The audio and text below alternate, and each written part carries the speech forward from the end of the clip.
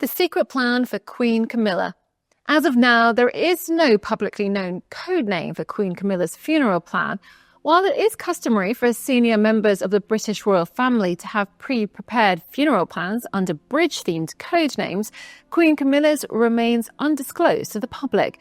These funeral codenames serve a critical function, ensuring protocol, security, and communication during a sensitive national period. For instance, King Charles III's funeral plan was originally known as Operation Menai Bridge during his tenure as Prince of Wales, before reportedly being updated to Operation London Bridge following his accession to the throne. His son, Prince William, now the Prince of Wales, is currently associated with the Operation Menai Bridge codename, reflecting his position as heir apparent. The late Prince Philip's funeral in 2021 was executed under Operation Forth Bridge, a nod to the iconic Scottish structure near Edinburgh. Queen Elizabeth II's state funeral followed Operation London Bridge, a plan that had been meticulously rehearsed and updated for decades prior to her death in 2022. Even Queen Elizabeth, the Queen Mother, had her own plan, codenamed Operation Tay Bridge, which had been in place for over 20 years before it was enacted in 2002. These bridge-themed codenames are more than just symbolic. They're part of a complex procedures involving military, royal, and government coordination. That Queen Camilla's codename has not been leaked or revealed reflects the continued secrecy surrounding royal protocol. It may not be made public until the time comes, aligning with tradition of withholding such sensitive information until absolutely necessary. But don't let the silence fool you. Behind the scenes, the palace is prepared. Royal tradition demands it. With Queen Camilla's high profile and symbolic role in this new royal era, her passing would be a significant moment in modern British history. The tradition of codenames. In the British monarchy, funeral plans for senior royals are codenamed after famous UK bridges. These codenames aren't just symbolic, they're part of a highly detailed protocol that dictates how the news will be announced, how the funeral will unfold, and how the nation will mourn. These bridge names are chosen for discretion. If an unexpected event were to happen and a plan needed to be activated suddenly, using a codename prevents panic and keeps media from leaking sensitive information prematurely. Operation London Bridge, for example, outlined every step from Queen Elizabeth II's death to her state funeral, a plan that had been rehearsed and refined for decades. From notifying the Prime Minister to lowering flags to preparing Westminster Abbey for a global broadcast, every minute was accounted for. Prince Philip's Operation Forth Bridge reflected his naval background and personal wish for a more understated, military-led service. The Queen's Mother's plan, known as Operation Tay Bridge, orchestrated a grand ceremonial farewell and set the standards for future royal funerals. Given Queen Camilla's current status as Queen Consort, it's almost certain that a plan does exist. She is a senior royal, the wife of the reigning monarch, and second only to the king himself in protocol. But it remains undisclosed, locked away behind palace doors, known only to a select few within the royal household and government. Why the secrecy? So, why the silence? First, discretion is a hallmark of the royal family. These codenames are never officially made public in advance by Buckingham Palace. Their purpose is to ensure a seamless and dignified transition during moments of national grief. That said, some codenames like Operation Menai Bridge for King Charles III have entered public awareness through reputable media reporting and insider leaks. In the case of Operation Menai Bridge, several reputable UK media outlets, including The Guardian, The Times, and The Independent, reported it as a funeral plan codename for King Charles III while he was still Prince of Wales. The name likely emerged through behind-the-scenes sources, possibly government or palace staff involved in rehearsals or planning discussions. But, and this is key, Buckingham Palace has never officially confirmed the name. It remains unofficial, even though widely accepted. That's the distinction. This balance between secrecy and preparedness is part of how the monarchy maintains control during its most sensitive transitions. Second, Queen Camilla's role has evolved. For many years, she was not expected to become queen at all. Public sentiment was complicated in the early years of her relationship with Prince Charles, but that has changed. Today, Camilla is a respected royal figure who carries out more than 200 engagements a year. She's carved out a space as a steady and devoted queen consort. In addition, the palace understands that any mishandling of her death or even a perception of unpreparedness could damage public confidence in the monarchy.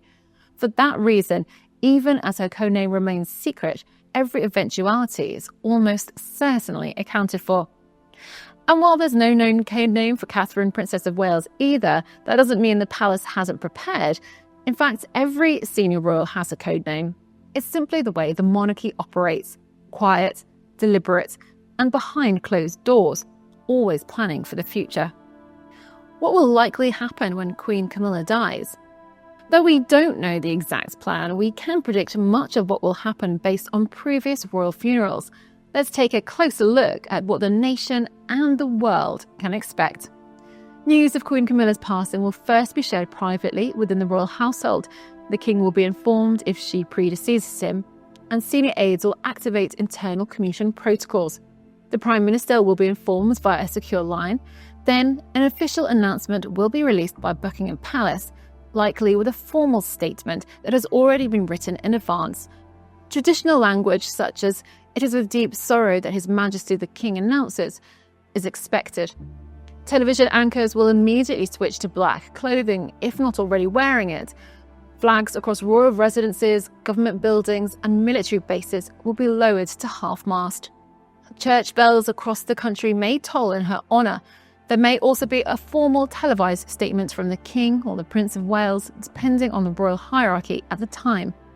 This broadcast would aim to unify the country and mark the beginning of a solemn and reflective mourning period. We can expect a period of national mourning, likely lasting between 8 to 10 days. During this time, public engagements by royal family members may be suspended, and national events, including sports and entertainment, may be postponed or cancelled. Books of condolence will be opened in town halls, cathedrals, and online. School assemblies may include moments of silence.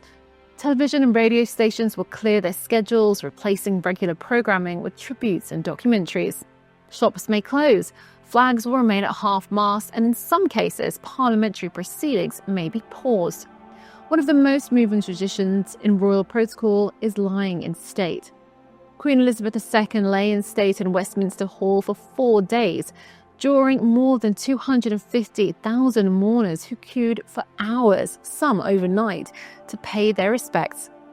Queen Camilla may be given the same honour. If so, her coffin would rest on a raised platform known as a catafalque, guarding 24/7 by members of the household division. The hall would be draped in black and lit by soft candlelight, offering a quiet, dignified setting for public mourning. Crowds would likely stretch for miles. The public, both from the UK and abroad, would turn out in droves to say goodbye. Elderly veterans, school children, diplomats, and ordinary citizens would all stand side by side in respect. However, this is not guaranteed. Prince Philip chose not to lie in state, and Camilla may express similar wishes. Ultimately, the decision will reflect both tradition and her personal preference. As Queen Consort, Camilla would not receive a full state funeral. Those are reserved for reigning monarchs. But she would receive a ceremonial royal funeral, which is nearly as elaborate and deeply rooted in centuries-old customs. The service would take place at Westminster Abbey, which has hosted royal funerals for generations. The Queen Mother's funeral was held there in 2002 and Queen Elizabeth II's in 2022.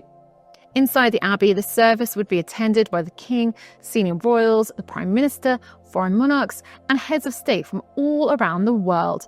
Hymns and readings would reflect Camilla's life of service and devotion to the crown. Camilla would most likely be interred at St. George's Chapel in Windsor Castle. This is the final resting place of many senior royals, including Queen Elizabeth II, Prince Philip, and the Queen Mother. She could be buried in the King George VI Memorial Chapel or in a section of the chapel set aside for future monarchs and consorts. Another possibility is a joint burial alongside King Charles III when that time comes. The burial would be private, attended only by close family, as was the case for Queen Elizabeth II's final interment. Following her burial, it's likely the royal household would continue mourning in private for an additional 7 days, and flags would be raised only after this period ends. And on the ground, flowers. So many flowers. Outside Claret's house, outside Buckingham Palace, outside Windsor, handwritten notes, soft toys, candles, children leaving drawings, elderly veterans saluting, people from all walks of life standing still, watching history happen. Yes, rehearsed. Funeral plans for senior royals aren't written once and filed away. They're living documents. They evolve. They're updated regularly, sometimes yearly, sometimes even quarterly, depending on health, travel, global events, or shifts in public sentiment. Queen Camilla's plan, although undisclosed, almost certainly exists under a classified codename, locked away in a secure vault at Buckingham Palace. Portions of it are shared with only a handful of institutions: the Cabinet Office, the BBC, the Armed Forces, and the Church of England. Every person involved, from the soldiers who will march to the pallbearers to the bishop who will preach, already knows their role.